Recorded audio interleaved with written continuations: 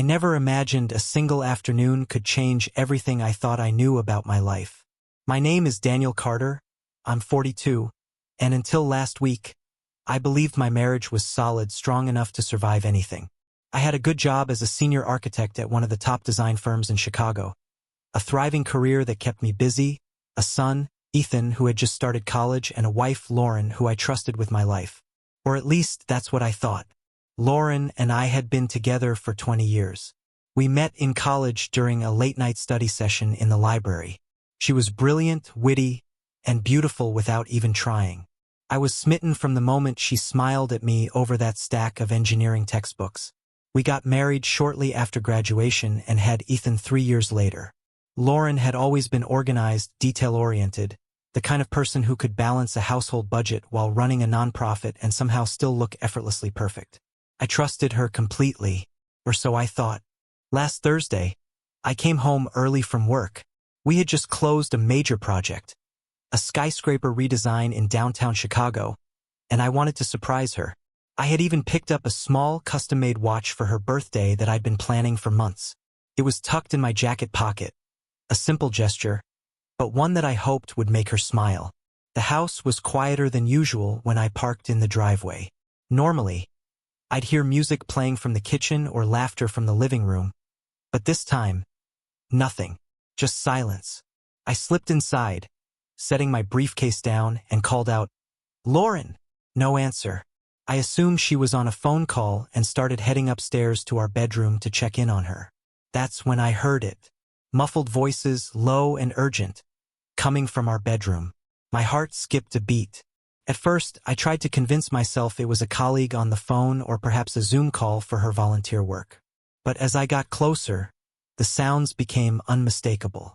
The kind of noises you hope you'll never hear, the kind that shatters your entire sense of reality. I froze at the doorway. Part of me wanted to turn around, leave quietly, and pretend I'd never come home early. But another part, the part that demanded the truth, pushed me forward. I opened the door, and there they were, Lauren and Mark, my best friend since college, the man who had been at my wedding, my confidant for years. They froze when they saw me, scrambling to cover themselves, muttering excuses that sounded pathetic even in their panic. Lauren, however, didn't look guilty. She didn't even flinch. Instead, she looked annoyed. "Daniel, you're home early," she said. Pulling the sheet around her like this was some inconvenience, not a life-ending betrayal. I couldn't speak. My mouth felt dry, my hands shaking, the watch in my pocket suddenly burning against my chest. "It was just once. Get over it," she snapped, her voice sharp and cold, as if my entire world wasn't crumbling at that moment. Mark stammered, trying to apologize, but she cut him off, turning her gaze back to me with that infuriating smirk. "He's better than you anyway," she said. And just like that, 20 years of marriage, of trust, of shared dreams, of late-night talks and quiet weekends, evaporated in a single sentence. I didn't yell. I didn't throw anything. I just turned, walked out of the house, and drove. I didn't know where I was going, but I needed distance, space to think without seeing the betrayal every time I closed my eyes. The streets of Chicago blurred past me. Storefronts, traffic lights, other cars. It all became meaningless. My mind replayed the scene over and over. By the time I stopped at a quiet cafe 2 miles away, I realized I had made a decision. I wasn't going to beg her for an explanation. I wasn't going to call Mark. I needed to protect myself, my finances, my son, my sanity. For the first time, the full weight of betrayal hit me. Lauren had chosen this man over me, over our marriage, over our family. And she didn't even feel guilty. I pulled out my phone and saw her name lighting up the screen. Texts, missed calls, voice messages. "We need to talk," one read. "Don't be dramatic, Daniel," another. Dramatic. That word made my blood boil. I wasn't dramatic. I was betrayed, and she acted like it was my fault for finding out. I turned the phone off and slid it into my bag. I couldn't deal with her now. Not today. I drove to my friend Greg's apartment. Greg had been my anchor through tough times, the kind of friend who didn't ask questions until you were ready to answer them. He welcomed me silently, handing me a beer without a word. Sitting there, the quiet enveloping me, I realized that this wasn't just heartbreak. It was a wake-up call. Lauren's betrayal was personal, yes, but it had also exposed cracks in the life I thought was untouchable. And for the first time in decades, I felt the stirring of something I hadn't felt in years. Control. I might have lost my wife, but I hadn't lost myself. Not yet. That night, I didn't sleep. I planned, I mapped, I considered every move. Bank accounts, investments, legal documents, our home. Every connection I had to her that could hurt me if she acted recklessly. I made a mental list to sever it all. And somewhere in the back of my mind, a voice whispered, "This isn't just betrayal. This is opportunity. Opportunity to take back control, to rebuild, and to ensure that anyone who tried to hurt me financially, emotionally, or socially would regret underestimating me."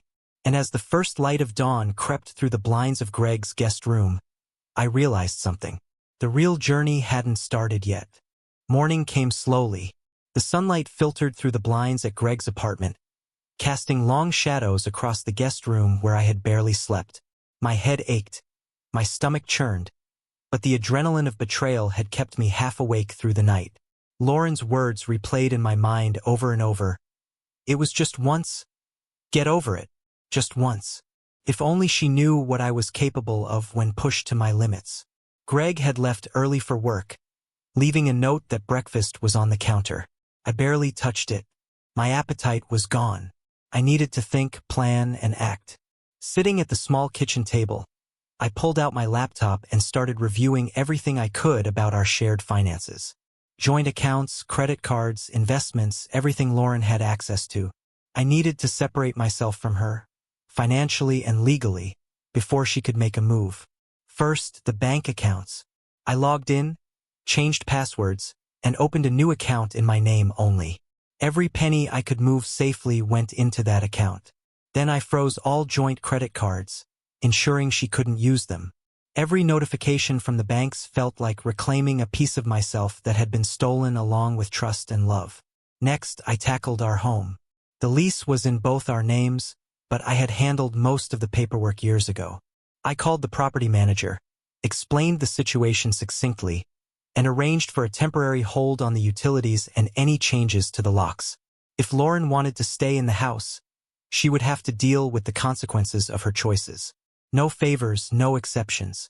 I paused, staring at the stack of documents and bills on the counter. Lauren hadn't just cheated. She had been deliberate, sneaky, methodical. I remembered the small things I had overlooked.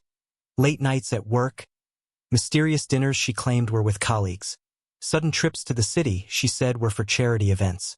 Every lie I had dismissed now hit me like a hammer. And Mark, my so-called best friend, had been complicit the entire time.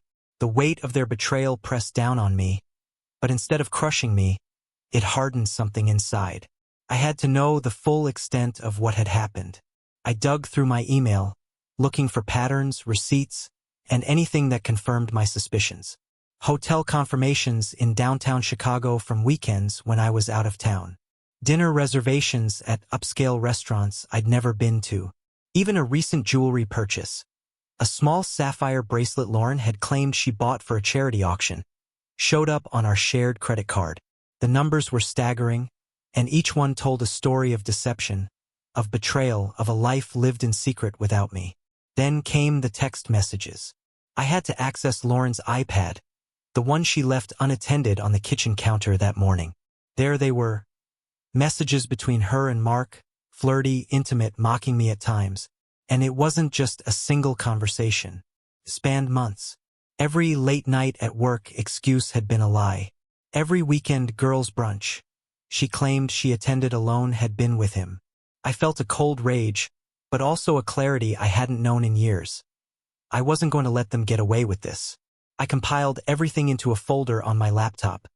Screenshots, bank statements, receipts, timestamps. I needed documentation. Not for revenge, not yet, but for protection. If this went to court, if Lauren tried to manipulate the narrative, I would be ready. I would have proof. By mid-morning, I knew I needed to reach out to someone who could help me navigate this legally. My lawyer, Catherine Monroe, had been advising me on business matters for years, and I trusted her implicitly. I called her office, explained the situation in as few words as possible, and scheduled an urgent meeting for later that afternoon. I didn't share every detail over the phone. There were too many variables, but I made it clear. My marriage was over, and I needed guidance on protecting myself from further financial and emotional harm. Sitting back, I allowed myself a deep breath. The initial shock had faded, replaced by a resolve that surprised me. I wasn't helpless. I wasn't a victim. I had the means, the evidence, and the support network to ensure Lauren and Mark faced the consequences of their choices. My phone buzzed. A message from Lauren. "Daniel, we can fix this. Don't be dramatic." I didn't respond. Another one followed. "Think about Ethan. Don't ruin everything we've built." Her words stung, but they didn't weaken me. She was trying to manipulate me, but I was already thinking 10 steps ahead. Ethan deserved the truth eventually, but not before I was certain we had a strategy in place. I spent the rest of the morning contacting banks, confirming transactions, and preparing for the meeting with Catherine. Every click, every phone call, every password reset felt like taking back control. I wasn't angry anymore. I was methodical, precise, and focused. Lauren and Mark had underestimated me. They had assumed I would break, plead, or forgive too quickly. They were wrong. By the time I left Greg's apartment to head to the lawyer's office, I had a plan forming in my mind. First, secure the finances. Second, gather evidence and document the betrayal. Third, decide how and when Ethan would be told. And finally, ensure that neither Lauren nor Mark could continue their lies without facing consequences. Driving through the city, I felt a strange sense of calm. The skyline that had once symbolized my career success now mirrored my personal reckoning. Every skyscraper, every street, every windowed office reflected the reality I had to navigate. Betrayal doesn't just break trust. It exposes weakness, but it also offers clarity. And I was determined to use that clarity to my advantage. By the time I reached Catherine's office, I was ready. I wasn't just a husband scorned. I was a man reclaiming his life. Catherine's office smelled faintly of polished wood and leather, a reassuring scent in a day that had turned my life upside down. She greeted me with a calm, professional smile. "Daniel," she said, gesturing toward the chair across from her desk. "I've read your initial email. Sit down. Let's go over everything." I opened my laptop and handed her the folder I had compiled overnight. Screenshots of messages, bank statements showing hotel charges, receipts for jewelry purchases, even a record of Lauren's iPad activity. Catherine leaned back, adjusting her glasses, and scanned each file meticulously. "This is thorough," she said finally, "and it paints a very clear picture. You're not overreacting. This is serious." "Serious isn't even the word," I muttered. She was my wife for 17 years. My best friend was Mark, my coworker and business partner. They betrayed me, deliberately. My voice cracked slightly, but I forced it back under control. I wasn't here to vent. I was here to plan. Catherine nodded. "First, you're protecting yourself financially. You've already done the right thing by separating accounts and freezing joint credit cards. Next, we handle the legal side of the divorce and any potential financial crimes. From what you've shown me, this goes beyond infidelity. It's embezzlement." Embezzlement. The word tasted bitter. I'd built a business from scratch, relied on Mark as a partner, and now he'd been siphoning company funds for months to fund his affair. And Lauren had enabled him, approving reimbursements, covering tracks. "You mean they could face criminal charges?" I asked, my hands gripping the edge of the desk. "Yes," Catherine said firmly. "The evidence is clear. Fraud, embezzlement, financial misconduct. It's enough to involve law enforcement. But we have to be strategic. You want divorce, yes, but you also want them held accountable. That means coordinating with the authorities and possibly the company board." I exhaled slowly, feeling a strange mix of relief and satisfaction. For the first time since that morning, it felt like the scales were tipping in my favor. "Good. Let's do that. I want every step documented, every dollar accounted for, and a plan for how to tell Ethan the truth. Catherine nodded.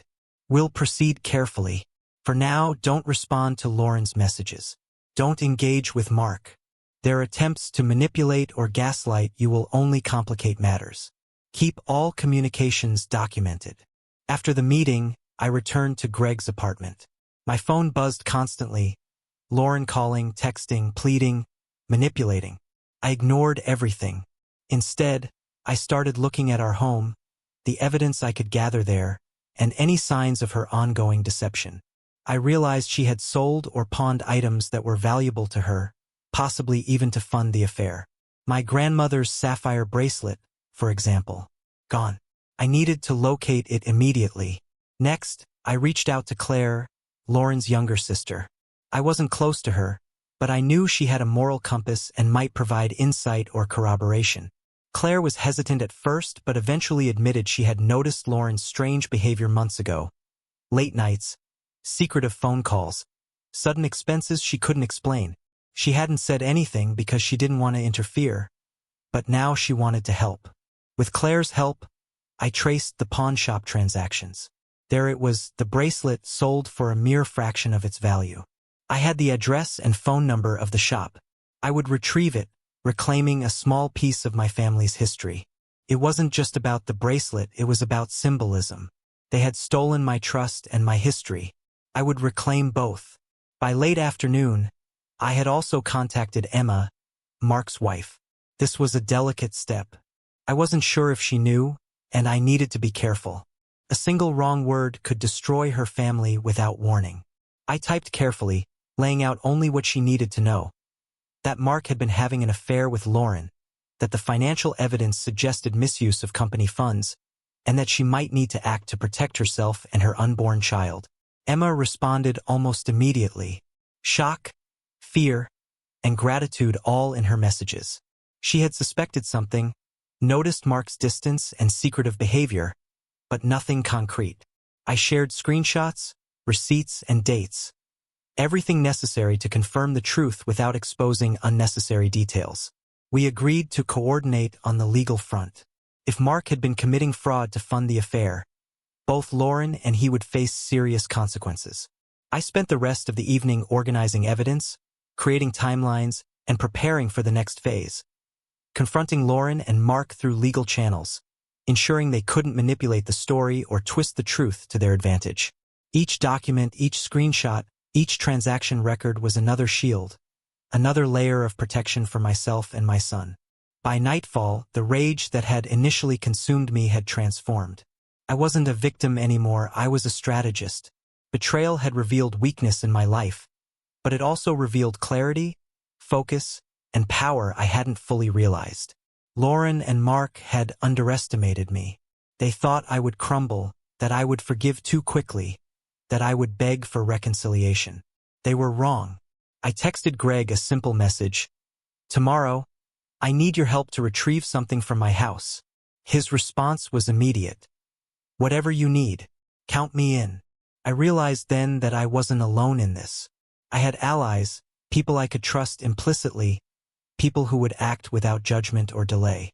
Lying in bed that night, I allowed myself a small measure of satisfaction. The first wave of chaos had passed. Lauren's attempts to manipulate and gaslight me were documented and controlled. Mark's betrayal was no longer hidden. The legal and financial structures were in place to protect me. And most importantly, I knew that when the time came, I would tell Ethan the truth, carefully, truthfully, and on my terms. For the first time since I had walked in on them, I slept deeply. Not peacefully, not happily, but with a sense of purpose. The storm wasn't over, but I had found the eye. And from there, I could see the path forward, clear and deliberate. The morning light filtered through the blinds, casting a pale glow across Greg's kitchen. I had barely slept, my mind racing with plans. Today, I wasn't just reacting, I was taking control. I grabbed a strong coffee, sat down at the table, and reviewed the list I had made the night before. Retrieve valuable items, secure evidence, ensure no loose ends, and most importantly, prepare the ground for legal action. Greg poured himself a cup and slid it across. Ready? He asked quietly. I nodded, the first real sense of focus I'd felt in weeks. Let's go. The drive to my house was silent. My stomach churned, not with fear, but with anticipation. For 17 years, I had lived in that house with Lauren. Every corner, every room held memories, both good and bitter. Now it was a battlefield and I had to approach it methodically. I had called the pawn shop ahead of time. The bracelet, my grandmother's sapphire piece, was still there, waiting. As soon as I walked through the door, I felt a small sense of justice. The clerk handed it over without fuss, and I held it carefully. This weight was reassuring, almost symbolic, a tangible reminder that what is ours can be reclaimed. I slid it into my jacket pocket and exhaled deeply. Back at the house, I and Greg moved quickly. Every room was checked, valuable documents and sentimental items carefully collected, photographs, important contracts, and personal mementos. It was strange moving through rooms that had once been familiar, now tainted with betrayal. I paused at our bedroom, staring at the bed where I had walked in on Lauren and Mark. The sheet was perfectly made, pillows arranged as if no infidelity had occurred. I didn't linger. I had no need to dwell on what was done. The evidence was elsewhere, and that was what mattered. As we packed, my phone buzzed. Lauren. Multiple texts, each one more frantic than the last. Daniel, please come back. We can fix this. You're overreacting. I ignored them.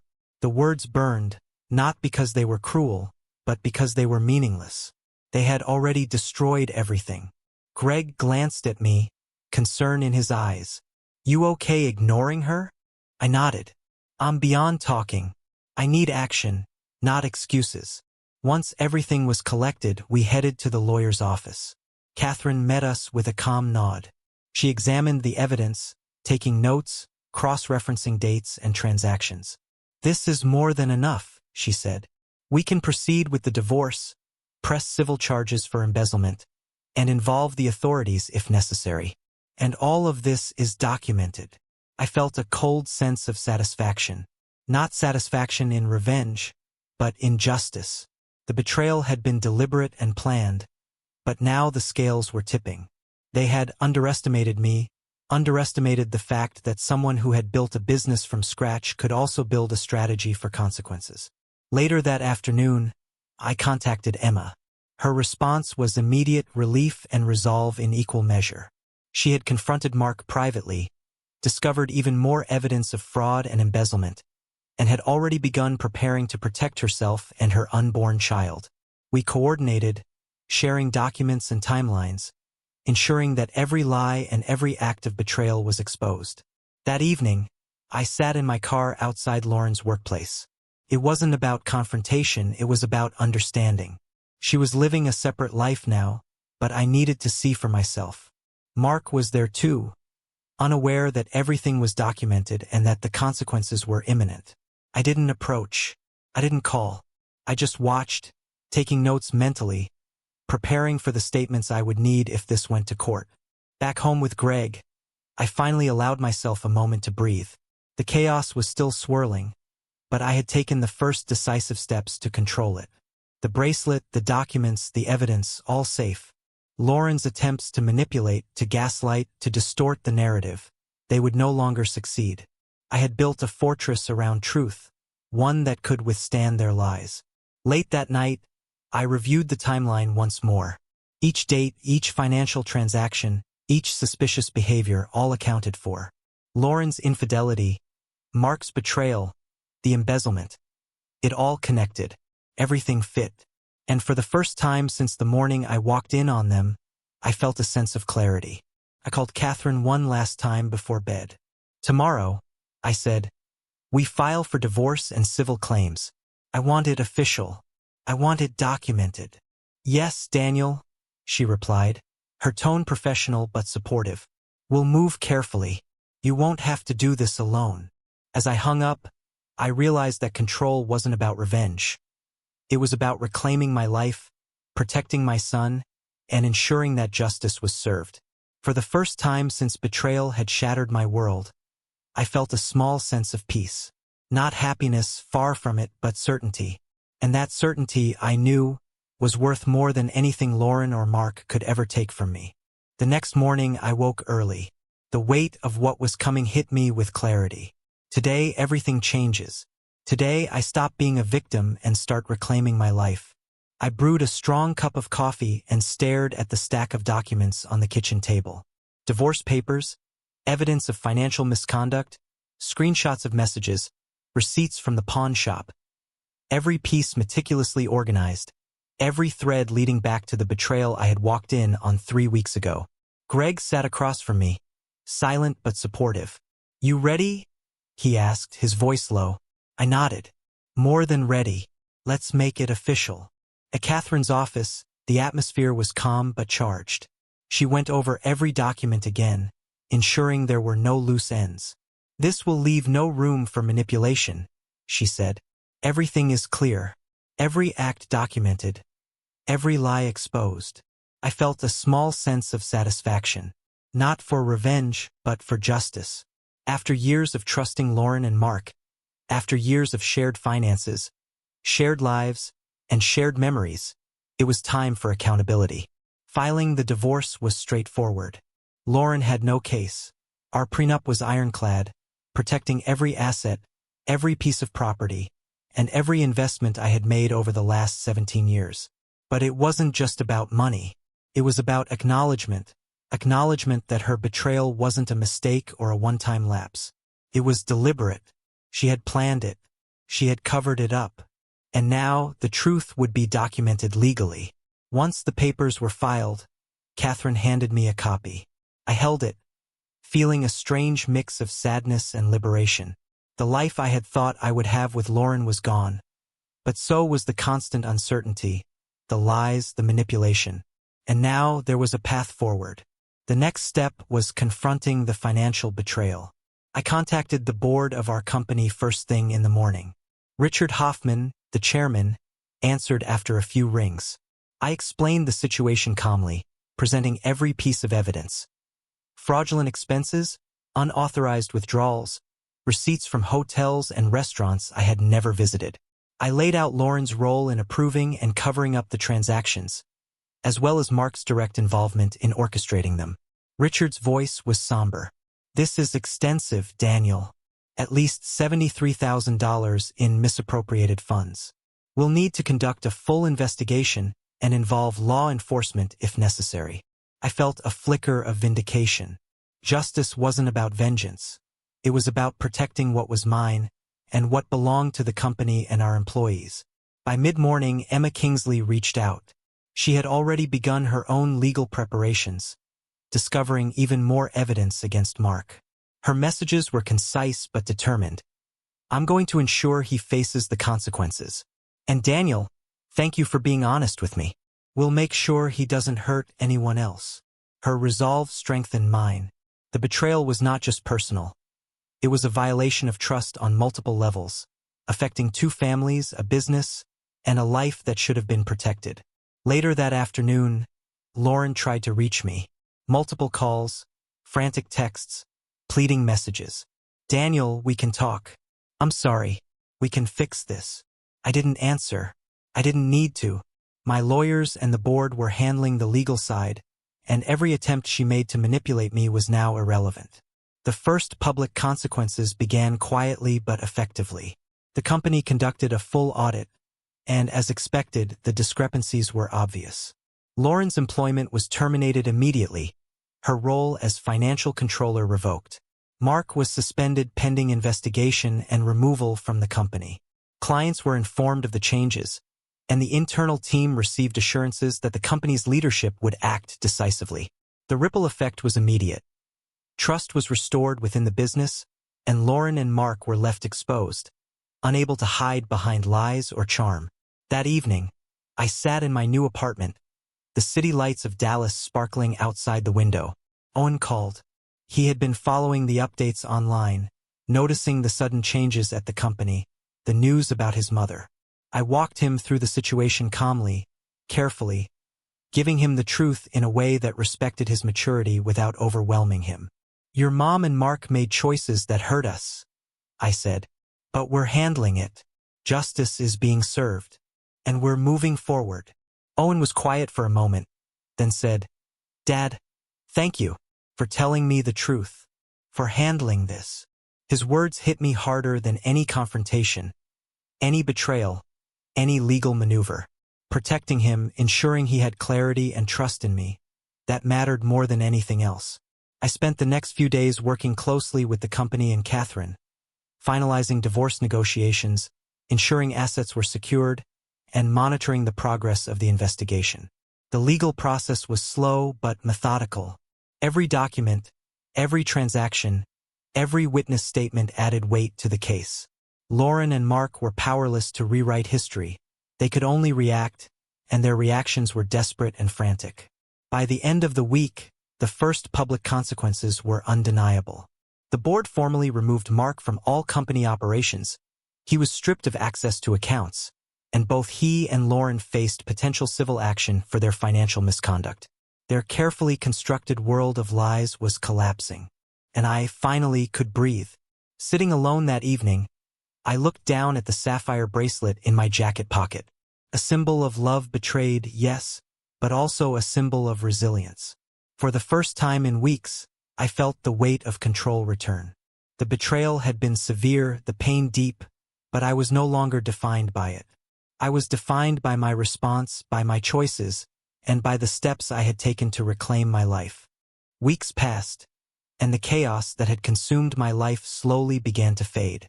The divorce was finalized, the civil case against Lauren and Mark was underway, and the company had stabilized under new leadership.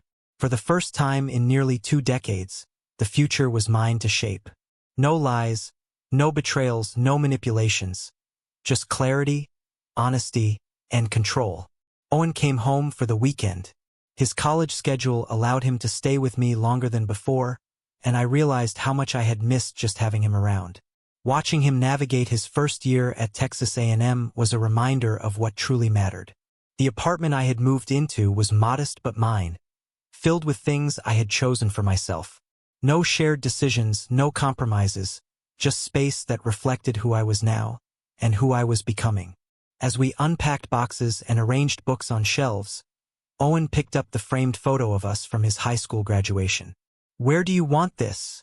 he asked, holding it carefully. I smiled, feeling a sense of pride and connection that no betrayal could erase. "Right in the center," I said. Owen placed it down, then stepped back to admire the arrangement. I watched him, realizing that even in the aftermath of chaos, we had created something strong, resilient, and real, our bond. The legal aftermath with Lauren and Mark continued, but I no longer felt anxious or consumed by it. Each document filed, each proceeding attended, was a form of closure, a way to ensure that the betrayal had consequences, that justice would be served. Mark faced the civil and criminal investigations head-on, stripped of access to the company, forced to answer for every misdeed. Lauren, left without assets or influence, could no longer manipulate or control the narrative. Their world, built on lies, had crumbled. One evening, Eric stopped by with a casual smile. "I've been trying to set you up for a while now," he said, laughing. "You ready to dip a toe back into the dating world?" I chuckled, appreciating his persistence. For months, I had been focused on survival and rebuilding, not romance. But the idea of companionship, of someone honest and supportive, no longer felt impossible. "Sure," I said, shrugging. "No promises, though." Eric grinned. "Fair enough. Baby steps." The first night alone in my new apartment was quiet, but not in the suffocating way it had been in the house I shared with Lauren. The silence was calm, almost comforting. I sat on the edge of the couch, staring at the sapphire bracelet that had been returned to me. It glinted under the soft light, a reminder of love lost, but also of resilience gained. It was not a symbol of betrayal anymore. It was a symbol of survival, of reclaiming what was mine and preserving what mattered. Owen joined me on the couch, laptop open, headphones around his neck. We spent hours talking, laughing, and even debating over trivial things. Football stats, college classes, and the new apartment layout. The simplicity of these moments was a revelation. For so long, I had been consumed by the chaos and deception surrounding me that I had forgotten the value of ordinary, honest connection. Sitting here with my son beside me, I remembered. Emma reached out occasionally, updates about Mark's legal situation. Congratulations on handling everything with composure. I admired her strength. The way she confronted betrayal while carrying a child. The way she refused to let Mark's lies and deceit define her. Our conversations were measured, supportive, not intrusive. In a strange way, we became allies, two people affected by the same betrayal, helping each other navigate its aftermath. Over the next few months, the apartment began to feel like home. Each piece of furniture, every item I unpacked, was a declaration. This life is mine, and it is honest. I spent evenings reflecting, journaling, and slowly rebuilding a sense of trust in myself. Trust that I could move forward, trust that love and loyalty still existed in the world, and trust that I would recognize it when it appeared. Then, one evening, Eric invited me to dinner. Casual, friendly, no pressure. But as we walked into the small, warmly lit restaurant, I noticed her, sitting at a corner table alone, smiling as she looked up from her menu. Our eyes met briefly. I felt something familiar but not overwhelming. Curiosity, perhaps, or a quiet hope. Eric grinned knowingly. "Thought you two should meet," he said, giving me a subtle nudge. Her presence was calm, honest, grounded. Over the course of the dinner, conversation flowed easily, laughter came naturally, and I realized something crucial. The right people enter your life not through drama or betrayal, but through timing and honesty. For the first time in months, I didn't feel guarded or wary. I felt open. Later that night, as I walked home, Owen texting me from his dorm about homework and football stats, I felt a quiet contentment I hadn't experienced in years. The storm had passed. Betrayal had tested me, reshaped me, and ultimately strengthened me. I had survived the worst, reclaimed what mattered, and now stood at the threshold of a new chapter. One defined by integrity, trust, and the possibility of genuine love. I placed the sapphire bracelet into its safe deposit box, knowing it would find its true home one day, not with someone who betrayed me, but with someone who would honor loyalty, honesty, and love. As I locked the box, I felt lighter, stronger, and certain. Betrayal had not destroyed me. It had revealed who I truly was. And that, above all else, was something no one could ever take away. The city lights of Dallas shimmered outside my window, but inside, a new light had been ignited. One of hope, resilience, and the quiet promise of happiness waiting just around the corner.